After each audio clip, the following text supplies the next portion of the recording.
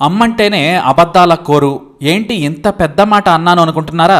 అయితే మీకు ఒకరి కథ చెప్పాలి. అది నా కథలా చెబుతాను. నేను బెంగళూరుకు విసిరేసినట్లుగా 170 కిలోమీటర్ల దూరంలో ఉండే నేలమంగళ అనే ఊళ్ళో పుట్టాను. ఊరంటే ఎలా ఉంటుందో చెప్పనక్కర్లేదు. పైగా నేను చదువుకున్నప్పుడే మా ఇంట్లో కరెంటు కూడా సరిగా లేదు. బిల్లు కట్టకుండా నాన్న దొంగతనంగా వైర్ని ప్రతిరోజు రాత్రి సమయంలో స్తంభం దగ్గర కొక్కెంతో వేలాడదీసేవారు. తెల్లవారక ముందే మళ్లీ తీసేసేవారు. ఇలా ఎందుకు చేస్తున్నారో నాకు తెలిసేది కాదు. కాస్త పెద్దవుతుంటే తెలిసింది. కరెంటు బిల్లు కట్టలేక అలా చేసేవారని. మా నాన్న రోజంతా ఊళ్ళోని షావుకారింట్లో పనిచేసేవారు. సాయంత్రం 6 గంటల తర్వాత వచ్చేవారు.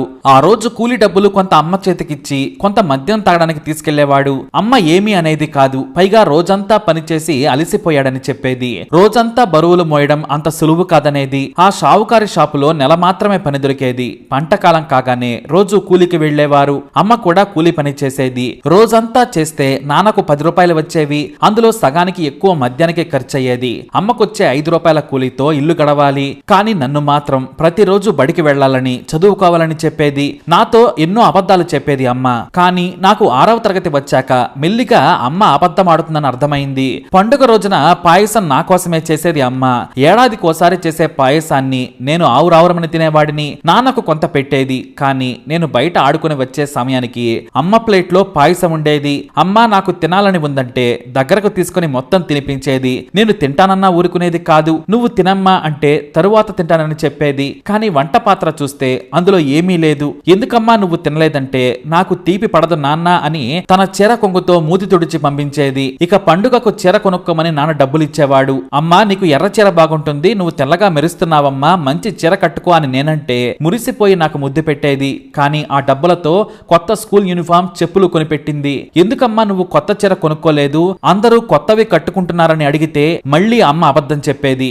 నాకెందుకు నాన్న కొత్త చీర, కూలి పనికి కొత్త బట్టలు వేసుకుని వెళ్తే పాడవుతాయి. నువ్వు బాగా చదువుకుంటున్నావు, అందరూ కొత్తవి వేసుకుంటే నువ్వు పాత బట్టలతో స్కూల్కి వెళతావా అనేది. నేను 10వ తరగతికి వచ్చే సమయానికి అమ్మ అబద్ధాలు విని విని అలసిపోయాను. బాగా చదువుకొని అమ్మ నాన్నను బాగా చూసుకోవాలనుకున్నాను. ఇంతలో నాన్న తాగి తాగి చనిపోయాడు. అయినా అమ్మ కూలి పని చేసి నన్ను చదివించేది.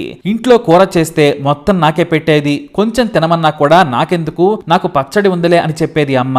మాకు కూర వండితే ఆ రోజు పండగే. అమ్మ పస్తులుండి డబ్బులు దాచిపెట్టేది. ఎందుకంటే నేను బాగా చదువుతున్నానని ఊళ్ళో వాళ్ళు చెబితే ఆమెకు భయం ఎక్కువైంది. డబ్బులు లేకపోతే నా చదువు ఆగిపోతుందనని ఆమె భయం. నేను సెలవులకు ఇంటికి వెళితే బలహీనంగా ఉన్న అమ్మను చూసి ఏంటమ్మా తినడం లేదా అనేవాడిని. నేనెందుకు తినడం లేదు, తినకుంటే ప్రాణం ఉంటుందా నాన్న అని ముద్దు చేసేది. నేను ఇంటి దగ్గర ఉంటే ఊళ్ళోకి వెళ్లి ఉచితంగా దొరికే కూరగాయలు ఇల్లు తిరిగి బ్రతిములాడి అడిగి తీసుకుని వచ్చి పెట్టేది. కానీ అమ్మ నాకు ఇవేమీ తెలియవనుకునేది. నేను అడిగినా నిజం చెప్పదు. ఎందుకంటే అమ్మకు అబద్ధాలు ఆడడం అలవాటే అనుకున్నాను. 25 ఏళ్లు గడిచాయి. నేను 6వ తరగతిలో చూసిన నా అందమైన అమ్మ ఇప్పుడు ఎలా ఉందో నాకు తెలుసు. కూలి చేసి చేసి నా కోసం తిండి తినక జీవితంలో అలసిపోయింది. ఇక నేను పెద్ద గవర్నమెంట్ ఉద్యోగం సంపాదించాను. నా స్థాయికి డబ్బున్న అమ్మాయి భార్యగా వచ్చింది. పైగా అందమైన అమ్మాయి. నా ఉద్యోగాన్ని చూసి నన్ను అల్లుడిని చేసుకుంటున్నారని నాకు తెలుసు. కానీ పేదరికం చూసి అలిసిపోయిన నాకు ఒకేసారి డబ్బున్న వారి సంబంధం వచ్చేసరికి కళ్ళు మూసుకుపోయాయి. మా అమ్మేమో నా చుట్టూ పెద్దవాళ్లు కార్లలో తిరిగేవారిని చూసి ఎంతో సంతోషించేది. కానీ నా పెళ్లిలో అమ్మ ప్రేక్షకురాలే అయ్యింది. పెళ్లయ్యాక ఊరు నుంచి అమ్మను తీసుకుని సిటీకి వచ్చాను. అమ్మ ఖరీదైన బంగాళాలో ఎమడలేకపోయింది. నా భార్య అమ్మకు గొడవలు మొదలయ్యాయి. మీ అమ్మ సరిగ్గా చేతులు కూడా కడుక్కోవడం లేదని చెప్పేది అమ్మ. కింద కూర్చుంటుంది. నలుగురు వచ్చినప్పుడు పాత చీరలు కట్టుకుని హాల్లో కూర్చుంటుందని చెప్పింది. నా భార్య అలా చెప్పేసరికి మా అమ్మ మీద కోప్పడ్డాను. రోజు అమ్మ మీద నా భార్య, నా భార్య మీద అమ్మ ఏదో ఒకటి నాకు చెప్పేవారు. నాకు జీవితం అర్థం కాలేదు. అమ్మ మీద కోప్పడ్డాను. అమ్మ పల్లెటూరు నుంచి వచ్చింది. మంచి చీరలిచ్చినా కట్టుకోవడం రాదు. మట్టిలో పెరిగిన అమ్మకు పాత పద్ధతులే తెలుసు. ఆకలేస్తే చేతితో తినిపించే అమ్మకు ఆ చేత్తో పాత్రను ముట్టుకుంటేనే మాకు నచ్చట్లేదు. నిజంగానే అమ్మ ఇమడలేకపోయింది. నేను సరిగ్గా పట్టించుకోలేదు. కొంత డబ్బు తీసుకుని తన ఇంటికి వెళ్లిపోయింది. తన ఇల్లు ఎందుకన్నానో మీకు తర్వాత తెలుస్తుంది. ఇంటిని శుభ్రం చేయించుకుని సంతోషంగా ఉంటున్నానని ఫోన్ చేసి చెప్పింది అమ్మ. కానీ కాలం వేగంగా తిరిగిపోయింది. నా భార్య నేను ఉద్యోగాల్లో బిజీగా ఉన్నాము. పాత పద్ధతులు తెలిసిన పల్లెటూరి అమ్మను కాస్త మరిచిపోయాను. నేను ఫోన్ చేసిన ప్రతిసారి అమ్మ బాగానే ఉన్నాను, బాగా తింటున్నాను, నీకు కంగారొద్దని చెప్పేది. కానీ ఒక రోజున నాకు నిద్ర పట్టలేదు. అమ్మ ఏ రోజు నాతో నిజం చెప్పలేదన్న నిజం గుర్తొచ్చింది. అమ్మ నా కోసం కష్టపడి పెంచిన రోజులు గుర్తొచ్చాయి. కొంగుతో మూతి తుడిచిన అమ్మ, నాకు జ్వరం వస్తే తాను అన్నం తినని అమ్మ, పస్తులుండి నాకు పాయసం పెట్టిన అమ్మ.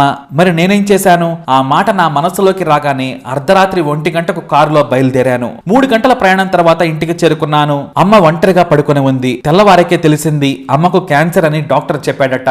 నేను తెల్లవారగానే అమ్మను కారులో తీసుకొచ్చి పెద్ద కార్పొరేట్ ఆసుపత్రిలో జాయిన్ చేశాను. కానీ అమ్మ చివరిసారిగా మరో అబద్ధం చెప్పింది. నాకేం కాలేదు నాన్న, నేను బాగానే ఉన్నాను, నువ్వు బాధపడకని నా చేయి పట్టుకుని మరీ చెప్పింది. ఇక్కడ మంచి డాక్టర్లుంటారు, నువ్వు నా గురించి మరిచిపో అన్నాను. నాకేం కాలేదురా అన్న అమ్మకు ఒక్కసారిగా వెక్కిళ్లి వచ్చాయి. నేను డాక్టర్ను పిలుచుకురావడానికి వెళ్లి వచ్చాను. కానీ అప్పటికే అమ్మ చనిపోయింది.